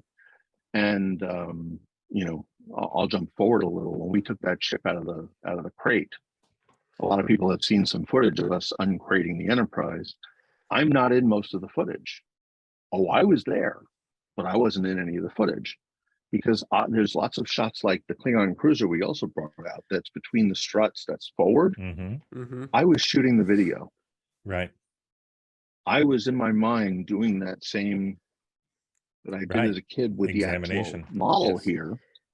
And what's funny is that's what the scene is for me. Mhm. The Right. scene it's real. It's in front of me. Show me Yeah. everything. And it means something. Oh, The ship the Enterprise is a precious character Yes. from the story. And it's the character that I want to know more about. I want to hear more about, and I want to be on, these are the voyages of the Starship Enterprise. I've always said that. She is missing. That the reason that I have all these little collectibles and collections is the reason I bought, I have the Mandalorian chip is everything. You mean I the have, hidden Mickey ship? right? Yes. But all the things that I have, there's storytelling in it. You hit it right on the head. People say, "Oh, it's a spaceship." No. This is like No, it's universe a building. character. Yes, there's story in every part of the design of that ship. But Recreation also, deck. but it's our home. Yeah. It is our world. Right. When you're on the ship, it is what keeps you alive. It is what you do. And I always believed that Kirk was having a love affair with her. Yeah. Of all women that he was on the show with, she was the most important. It's one of the more wonderful things is when you get this collector's edition. I'm sorry, the director's edition is you see this behind the scene footage of what you're talking about, of you taking video of them uncrating it. Everybody that is looking at that ship has an expression on their face that is so like, this is home. Yeah. I can't believe I'm here. Like, In the presence they of have greatness. they have their elbows on the crate. They're just kind of doing this really just sheepish. I can't believe this is what we're looking at. You got they started laying on the floor, looking up at it, looking like, oh my God, look at all the detail on this. Like, we all wanted to prepare for I'll geek out for the only time. We all wanted to pretend that we were professionals. In fact, every single one of our inner childs were on the floor crying. Yeah. Every one of us. You can see it. There's no hiding it. It was all over there. That's what it is. It really, and that's how I felt every day working on this. Not like in awe, just that this is important and this is what it means to everybody, and we have to appreciate that. And I did what needed to be for me, and my standards are so high that I usually shoot for here, get to about here, and not happy. But what's great is everybody thinks here is fantastic. So I'm blessed in that way. I'm so blessed in that way, even though I'm not satisfied yet because I wanted it to be here. But that is such a blessing and such a responsibility. Yeah. To make this be what it needed to be. I mean, there was a lot of risk considered by the studio that, they're going to ruin it. They're making it. They're not going to make it like this. That's not the point. This is a film that wasn't finished till now. Right. It is what it is now. And I'm just so blessed and thrilled that everybody is appreciating it and loves it. And it touches my heart. Yeah, well, and that's I know Bob and Gene are thrilled. That's what I'm saying, is that you gained Bob pretty much passed the torch to you and said, all right, son, run with this. Get me across that finish line. And you did it. I'm really proud to say that never before had one thing happened that should have, and it has now. And it wasn't a decision. It was the natural order of things. Right. And that's that the studio understands that this is the asset that they want. And it has now taken the proper place as when you say Star Trek the motion picture, you're talking about this. Right. This. For the longest time, we were talking about the 4K theatrical version. There's no question anymore. And it was not, what's precious about this is it wasn't me saying so, the movie earned it. Mm-hmm. And for everyone to now know forever that it's not the horrible film that Bob, ended up having to put together, and that this is it. And it's so much better than it even could have been when we did it 20 years ago. Mm-hmm. Amen. I just wish Bob had a chance to see it. And I believe that he and Gene got a chance to sit down and watch it. And, maybe Doug Trumbull brought some stuff up to show him with Jerry Goldsmith. And however you think about it, Ursus if they saw that from beyond or through your eyes, I like to think he knows. There were times on the project where I needed to go in some direction and maybe didn't have a clear focus, and I could have sworn that he, put his hand down, and then I felt him there for the moment, and it made things clear. Right. And Wow. I gotta tell you, everything was beautiful as this went, and I'm sure he was watching it, and he was with me. It was happening, and what happened is really attributed to the brilliant people who worked on it then. I'm thrilled Bob trusted, because the result is what we have now, and the effects team now did a great job. Michael Babcock, who did the sound work with Mike Mendocino, and the music with Bruce Botnick and Darren Doctorman, and the whole team, Mojo, everybody that came back from Foundation, and everybody who's threw in a hand now to get it done. And Gene Kazicki, who's amazing, pulling our film materials together, and and the people at Paramount, the archive, the marketing people, even the mastering people, they were just fantastic. Just that we went in and we sat down and went through everything and made sure that it was right. And there were a lot of things that had to be fixed, but just I could not be happier that not only did everybody now understand, but we all wanted the great results, and everybody came together. It was wonderful. It was really, really special. And now I smile when you turn on HBO's broadcast, when they just have things scheduled, and you say, well, gee, I wonder which version, and it comes up and has gold titles. I'm like, wow. Then that's right. I have to say, when you're talking about all those elements coming together and really personifying all this hard work, the scene that you showed us originally when we sat down and talked to it the first time, when they're there with V'ger and they're going to merge, the lighting effects, V'ger's voice, that whole ending sequence.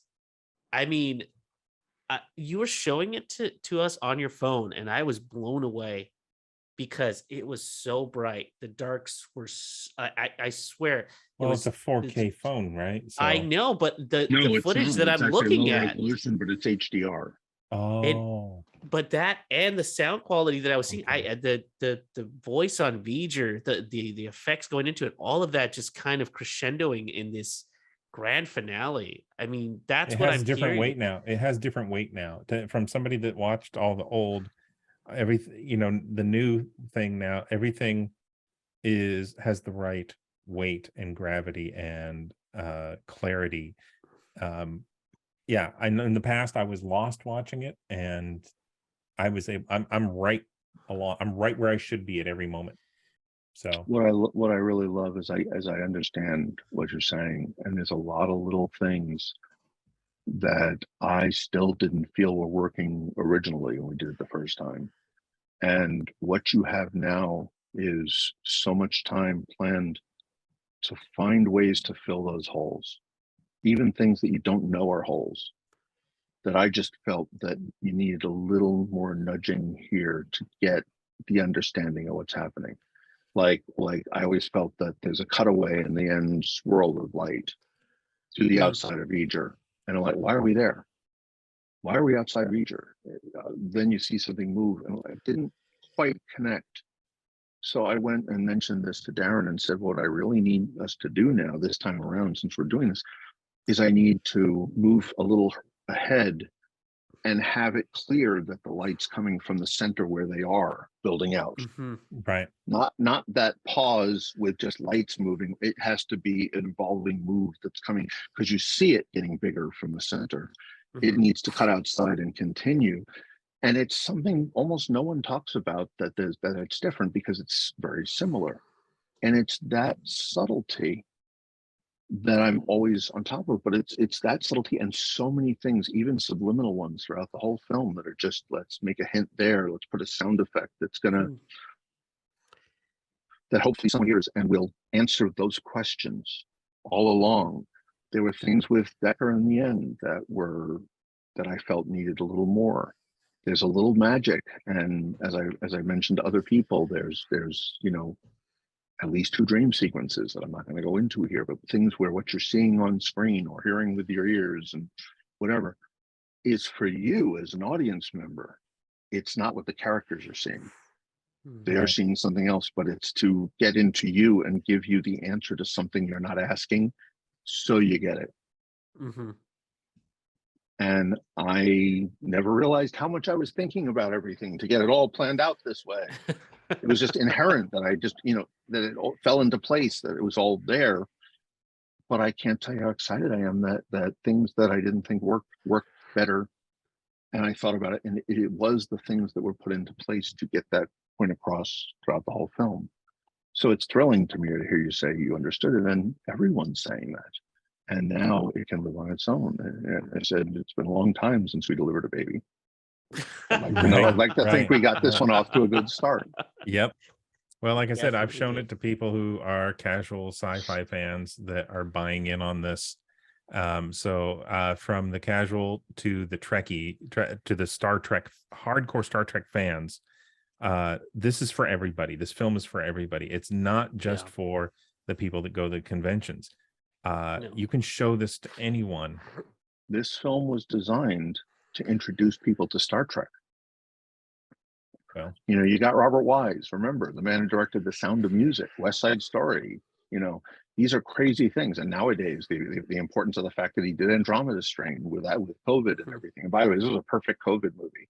We did it all at our own homes, and they sent everything to me. When we had our premiere, I stood in front of everybody and I said, oh my God, I just realized I haven't seen any of you. We have you here in person. I haven't seen you. It's amazing to have you here, and it's so wonderful that we could finally come together and have this night. And many people said that they would never have broken quarantine or come out because COVID was too dangerous, and our theater was you know, protected, clear, but was full of people who just said, this is the only thing I'd ever come out for. Wow. And I was so touched and blessed. And it was funny because a lot of people were there 20 years ago. Same people. So there it is. That's all the proof you need. I mean, I really hope people take what we're saying here and watch this and enjoy it like we did, because it's a great gift. So, and give it to everybody else. This film is going to have a life because you told them, because you told people how good it was, or what you enjoy about it, or what you took away. Let them enjoy it too. And it's a gift that I'm thrilled to give to everybody and to share, because I sit down and I'm just so thankful to everybody involved that it happened.